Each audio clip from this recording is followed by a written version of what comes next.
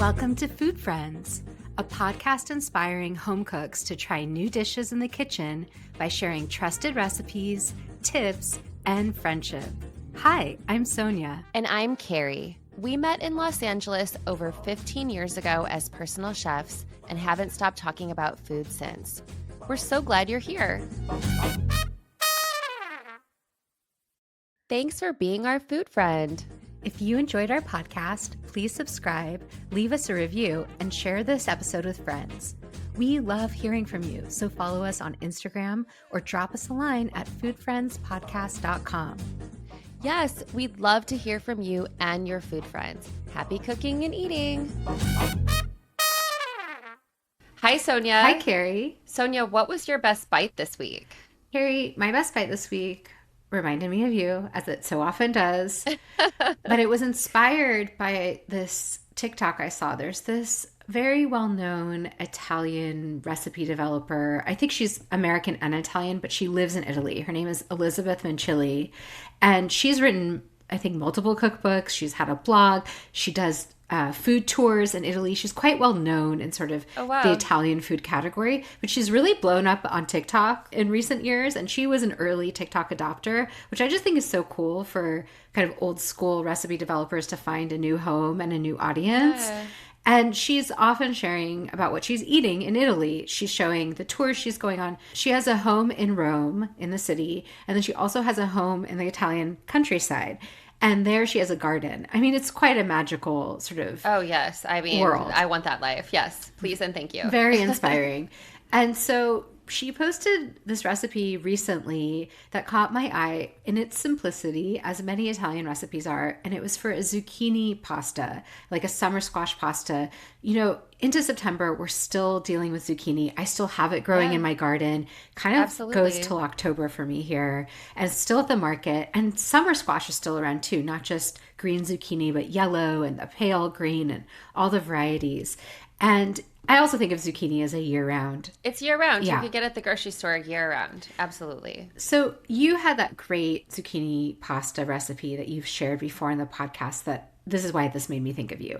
And yours is it's not chefy, but it's a little bit more involved and a little more special, I would say. It's where you really cook that zucchini down until it becomes its own sauce. Is that right? Yeah, I think, are you talking about the one that has the yogurt in it? I think so. Can you remind me of what that is? One? No, there's like the one that's like almost like a zucchini jam that you told me about. Oh, it's like a caramelized. You spend a lot of time caramelizing zucchini in butter. Yes. Okay. So that was a recipe you shared a while back. We can link that too. This is in the same vein, but so much more simpler. And I'm almost like, is this worth sharing? But I'm sharing it because I saw her do it. It made me want to do it. I feel like other people might want to do it.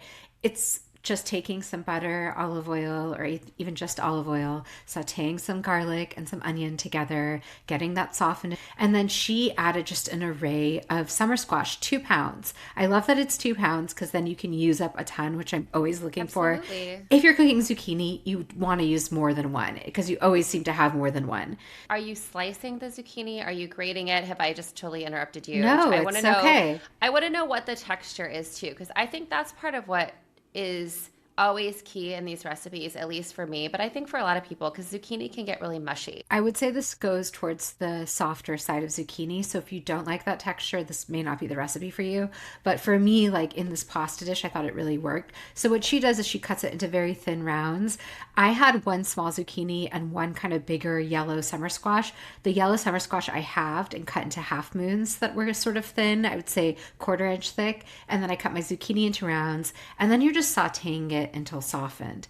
And you start cooking your noodles. So while your zucchini is sauteing, you bring your pot of water to a boil. You're cooking whatever noodle you want. I think spaghetti works really well here.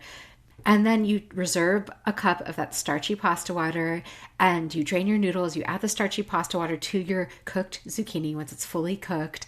I added basil. She adds Parmesan, and you make a sort of quick sauce that you combine with your noodles. The thing that deviates from her recipe that I did is I crumbled a bunch of feta into this dish because Instead of Parmesan or in addition to I put Parmesan? a little bit of Parmesan, but I put way because I tried it. I tried to bite with the Parmesan. I was like, this isn't like punchy enough for me. And then I just added a heap of crumbled feta. And Jonathan and I loved this. It was such a quick 30-minute weeknight meal. It came together super fast. It had so much zucchini, and I didn't mind that it was softened. It still had a little bite to it. So I guess you could cook it to your liking. But I think the zucchini kind of melts into the pasta in a way that is enjoyable and not upsetting. You're getting that toothiness from your pasta. I think my complaint and a lot of people's complaint comes from those zucchini dishes, side dishes where people are just kind of trying to get rid of their zucchini and they're just like cooking it till it's mushy and then you're just eating a pile of mushy zucchini. But when you're pairing that with pasta or you're adding in something salty like feta, which does remind me of that other recipe. There's one I have that's like grated zucchini. You cook it in butter and then you toss the pasta in that butter and zucchini and you add a bunch of Greek yogurt. And so it has Yeah. that tangy bite to it. It's a great way to use up zucchini. I think you could do feta. I think you could do goat cheese. I think you could do yogurt. I do think it needs one of those tangier cheeses. The other thing I think is almost non-negotiable is you want fresh herbs. I was gonna Yeah, say the basil. That you need basil and basil. zucchini are a beautiful pairing. They really are. But I think if you really didn't have basil on hand, parsley would be amazing. I think dill would, Scallions, yeah. chives, yeah. Yeah, I think any of those tender green elements, I think even some wilted spinach would work in this as well. But It's a again, great these idea. are Yeah. very simple dishes. I just think sometimes you need a go to simple dish to get you through the week. Yeah, and I think you always need at this time of year, but any time of year, we just need endless amounts of ways to cook zucchini and pasta together, There's right? never enough zucchini recipes. Carrie, what was your best bite of the week? Sonia, I was so excited to share this dish with you. As you know, also this time of year, green beans are everywhere and every kind of bean. And so I ended up going to the farmer's market this week and it was unseasonably hot. And so I just started grabbing things and I was like, we have to get out of here. And so I ended up with all these different kinds of beans. And I've had my eye on this recipe from Justine Doran, and it's for frazzled green beans. And the whole idea of the recipe really speaks to me because you don't have to blanch your beans and then cook them a second time. You basically just char them in a hot pan and then you add these other flavorings. Wait, So so is it called frazzled or frizzled? I frizzled or Oh, frazzled. sorry. It's one Okay. of those two. Because I was Yeah, like, it's I like never heard of frazzled, but maybe I'm wrong. But I like, but the whole, well, I get what you're saying. a lot of restaurants will say like a charred green bean or a blackened green bean, or Right. you put it in a hot skillet. And so I got my cast iron skillet really hot and I added a little bit of olive oil. And I think the best first tip that she offers is for the amount of green beans that you're using, you should do them in two stages. So half the green beans into the pan because you want those green beans in contact with your hot pan. So you do two batches. You let that first batch get darkened and then you pull it out and put it onto a plate. You get the second batch in there. I think it also speaks to my like type A. I make them really beautiful and I sort of lay them in one single layer in the pan. The flavorings, they're chefy in their thoughtfulness and they're so simple for a home cook. So you take those green beans out and I think I might have added a little bit more olive oil to the pan. And then you add 3 tablespoons of sesame seeds, the raw white sesame seeds. You turn down the pan a little bit too, because otherwise they'll cook too fast. And so you spend a little bit of time toasting them. And then right towards the end, you add some crushed coriander seeds mixed with some dried mint. And you swirl that around in the pan and get the sort of bring out the fragrance. And then you toss it all together with a little bit of flaky salt. And she actually suggested serving it with pickled red onions that you could, make your own or pull some out of a jar that you already have. I actually didn't serve them that way because my son doesn't love that. But I will say on their own, these green beans that are coated in toasted sesame seeds with this beautiful, I never would have thought to put a coriander seed in there with dried mint. I think I also added maybe a little bit of parsley on top, but it's so delicious. We basically ate that for dinner. I really want to make this. I love the flavor of a coriander seed. There's a Thai place in town that makes incredible wings, and part of the coating is this crushed coriander, and it has a great texture, but it has such a perfumey, like Yes. intense and beautiful flavor. I'm a big coriander person, so this is really up my alley. And I also made green beans just last night. I actually made purple beans. Like, have you seen those? Yes. That's what I used in Did this you use that recipe. too? And Yes. they kind I of used a mix turn of them. color. Yeah. They turn, yeah. When you cook the purple beans, they sort of lose their color, It can but either turn yellow or kind of green depending on the variety. But I, like you, there's so many great beans right now. Can I just I know it's maybe adding a second best bite, but I just have to say I think having ways to make green beans that are not just lemony or not just blanched or not with or not toasted just full of almond or garlic, not just full garlic. right? It's so fun to Yeah. have other combinations. And I was in that mind frame last night, which is why it's so funny that you're bringing this up. But what I did is I basically made almost like a tzatziki. Like I made a yogurt dressing with dill and garlic.